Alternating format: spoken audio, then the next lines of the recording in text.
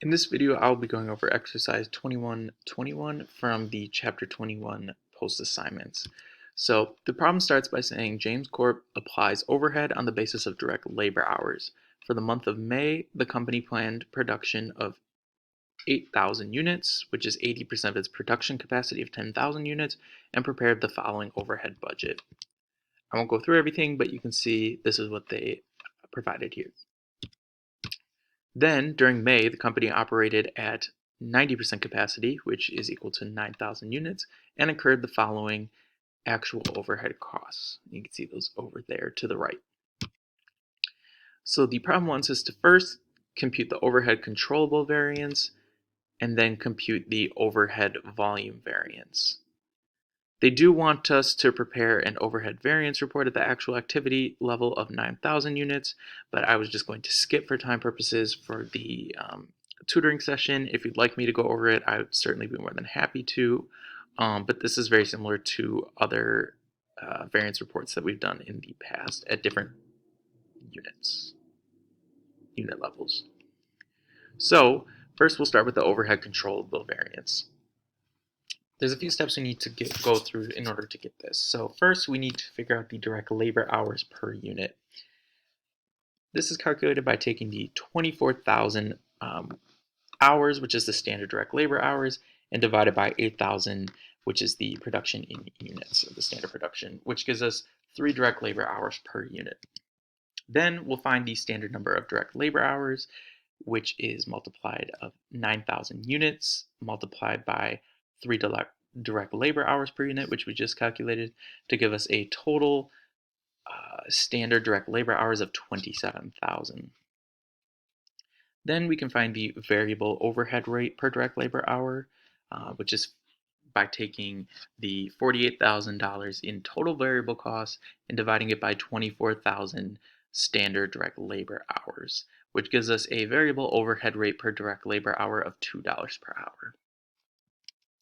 So our total variable costs are going to be found by taking that $2 per hour that we just found in variable overhead rate per direct labor hour and multiplying it by that standard number of direct labor hours of 27,000, also calculated above, to give us total variable cost of $54,000.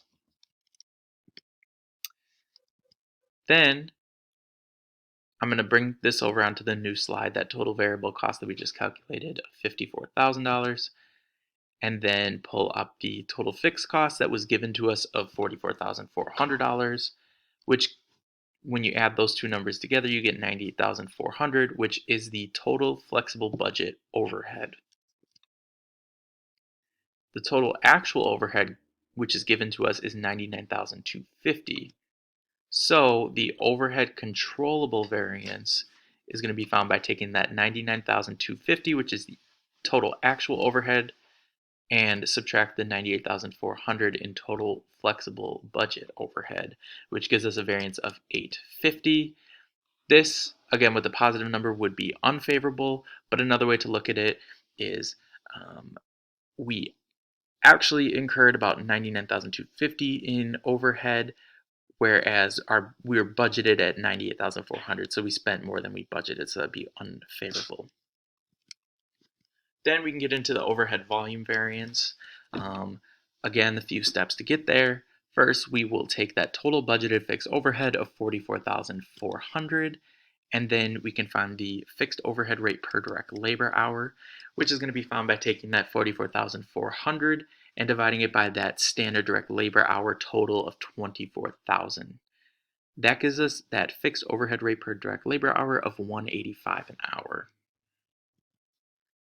Then we can find the total fixed overhead applied by taking that rate that we just found of $1.85 per hour and multiplying by the standard direct labor hours of 27,000 to give us a total fixed overhead applied of $49,950.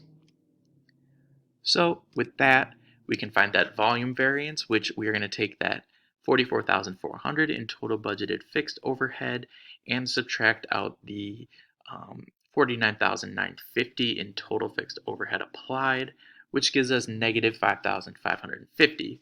Now, if you remember back, because this is a negative number, this is going to be a favorable variance in that we budgeted for more than we actually incurred.